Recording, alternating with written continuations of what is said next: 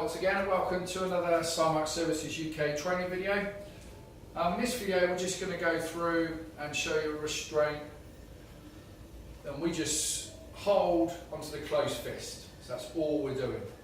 Okay, so if I use the subject, so from an escort position, so escort position number one is nice and simple this way. We're just gently taking our subject out of the club, out of the venue, whatever security environment we're into.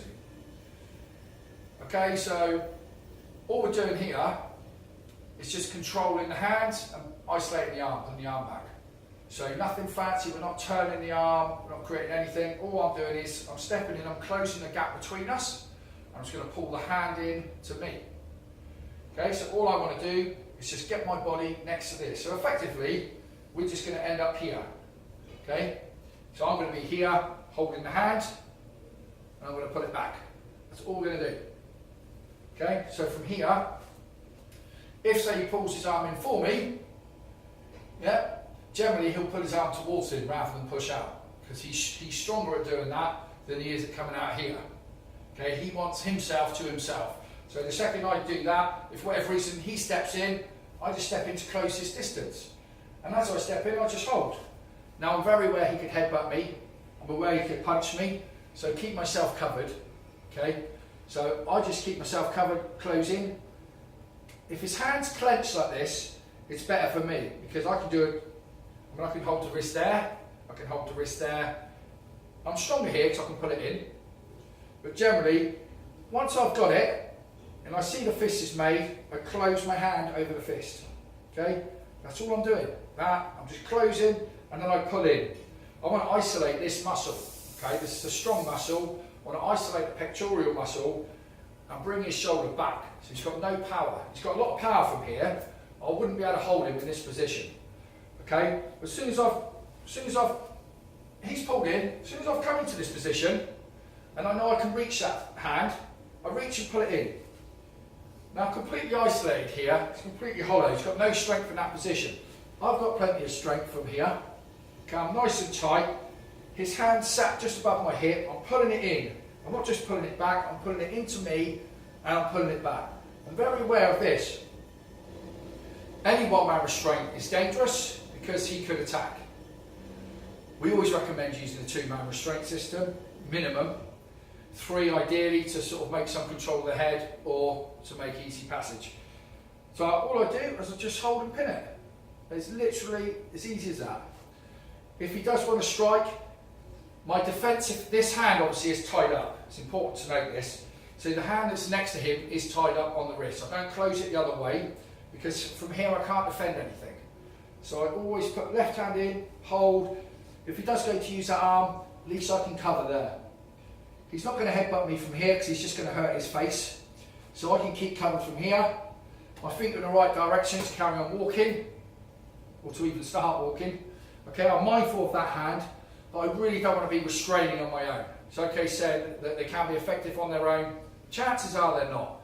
If he was to put up a real good fight, I'd have real hard trouble holding on to him. So if he's in this position, and that arm's also in the same position from someone else, he would find it extremely challenging to move about. So also picking up on the closed fist. So all I've done is from there, if he wants his arm back, I'm just stepping into that gap. Okay, if he pulls his arm back, I'm not trying to fight him to get our preferred method.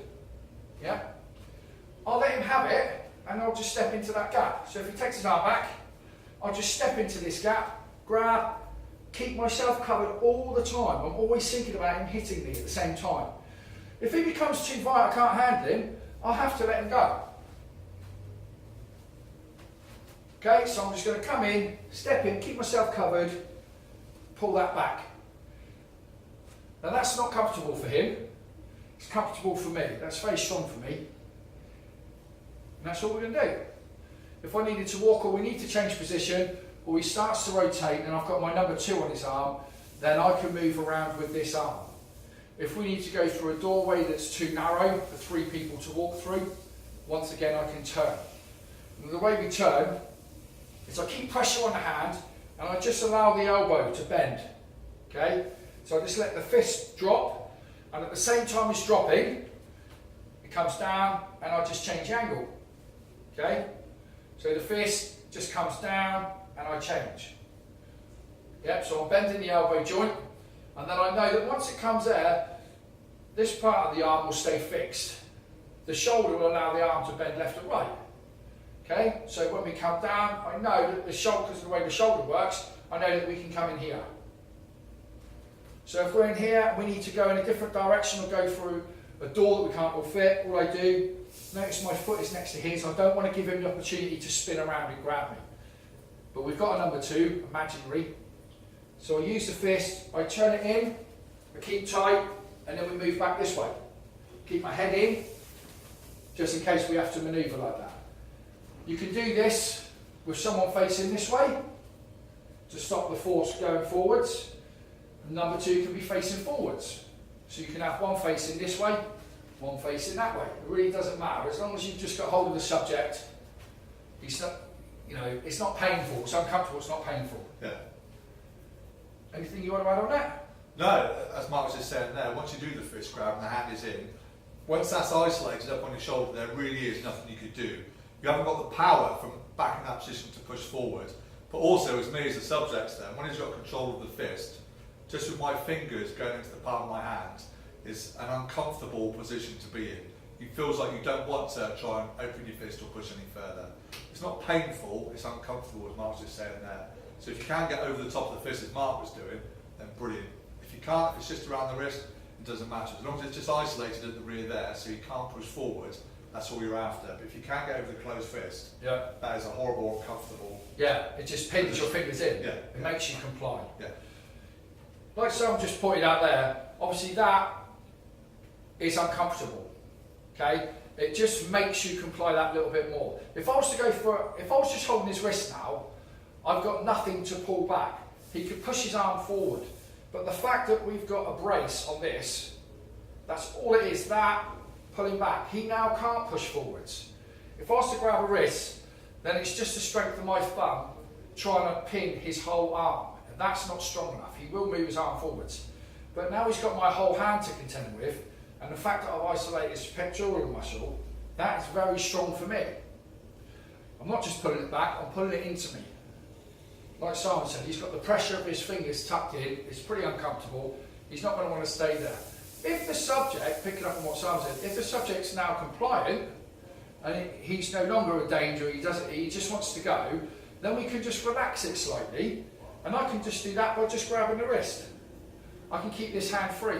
The second he wants to push or I get resisted, I can then just close in. Now I'll have to close in with my right arm because that arm's trapped. So I'll have to use this, but remember, as soon as we get that back, change hands. Okay, because if my right hand's tied up here and he goes to hit me, I can't defend. So as soon as it's in, change hands, don't let go because he'll move. So as soon as you've got control, pull back, keep contact, cover my hand, release. So don't ever just let go of him because he will move. Okay? So once again, we're in escort position, he doesn't really want to go, he's caught off guard, whatever, from me talking. He does a bearing pressure, he pulls his arm in towards him, and all I do is I just take control of this.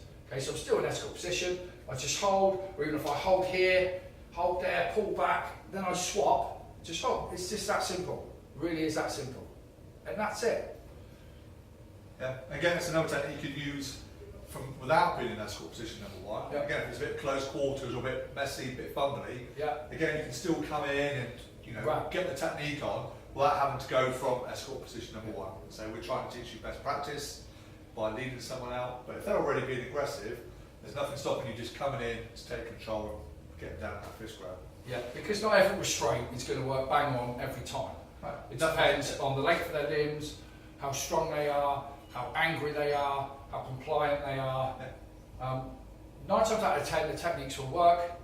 The worst case scenario, and I'm in this escort position, he pulls his arm back, even if I've got to come in front and just grab something, just for a second, because obviously I'm not going to restrain on my own. I definitely need a number 2 guy to restrain.